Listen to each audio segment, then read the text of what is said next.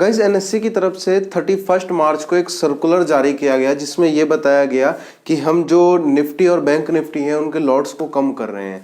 तो निफ्टी के तो नहीं किए गए हैं, बैंक निफ्टी के लॉट्स पे कुछ फर्क पड़ा है।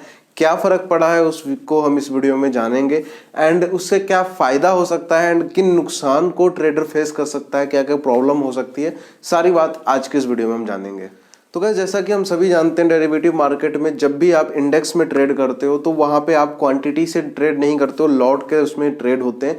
तो जो निफ्टी का एक लॉट आता है वो 50 का आता है एंड बैंक निफ्टी का जो एक लॉट है वो 25 का आता है। वहीं पर अगर हम फिन निफ्टी की बात करें तो इसका एक लॉट 40 का आता है और मिड कैप निफ्टी की बात करें तो इसका एक लॉट 75 का आता है। तो बिल्कुल यही रहने वाला है सभी चीजों में, लेकिन यहाँ पे थोड़ा सा चेंज किया गया है बैंक निफ्टी को लेकर। बैंक निफ्टी में जो अभी तक लॉट 25 के आते थे वो लॉट को रिड्यूस करके 15 का कर दिया गया है, यानी कि 15 की यूनिट में आपको एक लॉट मिलेगा। यानी कि जो अभी तक आप ऑर्डर 25 पे करते थे वो 15 पे करेगा। तो ऐसा नहीं है कल से ही शुरू हो जाएगा, ऐसा बिल्कुल भी नहीं है। ये शुरू होगा जुलाई में, जुलाई की जब एक्सपायरी होगी तब से ये शुरू होने वाला है एंड इसके लिए अभी 3 महीने का टाइम है। वो इसलिए क्योंकि हम रिटेल ट्रेडर के लिए 3 महीने के कॉन्ट्रैक्ट जो है वो अवेलेबल होते हैं। तो ये 3 महीने के जब कॉन्ट्रैक्ट खत्म हो जाएंगे उसके बाद जुलाई से जो है ये वाले कॉन्ट्रैक्ट शुरू होंगे जहां पे आपको 15 का लॉट मिलेगा बैंक निफ्टी के अंदर। अब देखो इससे सबसे बड़ा फायदा क्या होगा रिटेल ट्रेडर को,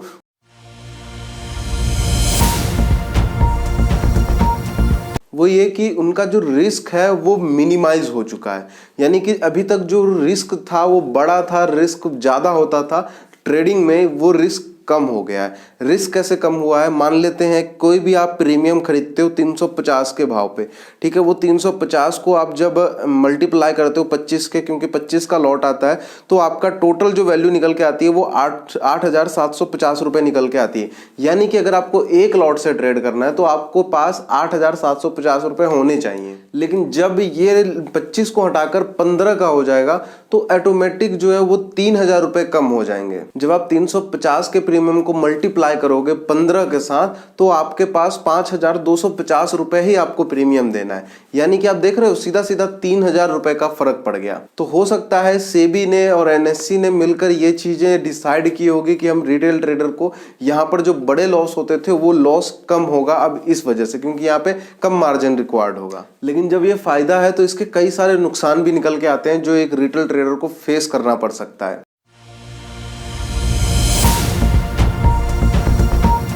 सबसे पहला जैसे मैंने बताया रिस्क कम होगा तो रिवॉर्ड भी कम होगा।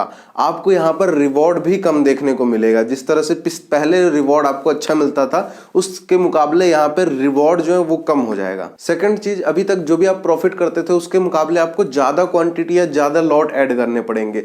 ये खास करके उन लोगों को ज्यादा प्रॉब्लम आएगी जो मल्टीपल ऑर्डर प्लेस करते हैं, मल्टीपल लॉट से ट्रेड करते हैं, जिनके पास ज्यादा क्वांटिटी होती है, 30,000 क्वांटिटी, 50,000 क्वांटिटी, 1,00,000 क्वांटिटी से ट्रेड करते थे। तो उन लोगों को मल्टीपल ऑर्डर पंच करने में प्रॉब्लम होगी एंड उसके बाद जब वो अपना ट्रेड एग्जिट करेंगे तो एग्जिट करने में काफी प्रॉब्लम आएगी, क्योंकि आपको भी पता है ऑप्शन के प्राइस कितने जल्दी ऊपर नीचे होते हैं। तो वहां पर उनको थोड़ा बहुत लॉस देखने को मिल सकता है। एंड उसके बाद अगला जो सबसे बड़ी प्रॉब्लम होगी वो ब्रोकरेज एंड टैक्स को लेकर होगी कि ब्रोकरेज और टैक्स जो है वो ज्यादा पे करना पड़ेगा क्योंकि ज्यादा ऑर्डर पंच होंगे। कई सारे लोग ये बोल रहे हैं कि ये सिर्फ और सिर्फ सेबी ने या एनएससी ने टैक्स और ब्रोकरेज के लिए ये किया है। बाकी आपका इस पे क्या मानना है मुझे एक बार कमेंट में जरूर बताइएगा। तो ये कुछ प्रो एंड कॉन्स थे जो मैंने आपको बता दिए, क्योंकि एक चीज के दो पहलू होते हैं तो दोनों पहलू को हमें देखना चाहिए। बाकी मैं सच बताऊं, आप एक बार ट्रेडिंग सीख लो, एक बार प्रॉपर ट्रेडिंग आ गई ना, तब ये छोटे मोटे ब्रोकरेज या टैक्स जो है ये आपको परेशान नहीं करेंगे। बस एक बार ट्रेडिंग सीख लो। बाकी एनीवेज हम इसमें कुछ भी नहीं कर सकते हैं, ये बस हम रूल जो है वो आ रहा है तो हमें इसको फॉलो करना है या इसी पे चलना है, हम इसमें कुछ भी नहीं कर सकते। बाकी इसके ऊपर आपका क्या विचार है, आपकी क्या राय है, वो एक बार मुझे कमेंट सेक्शन में जरूर बताइएगा। आपका क्या मानना है इस लॉट साइज के चेंज होने पर।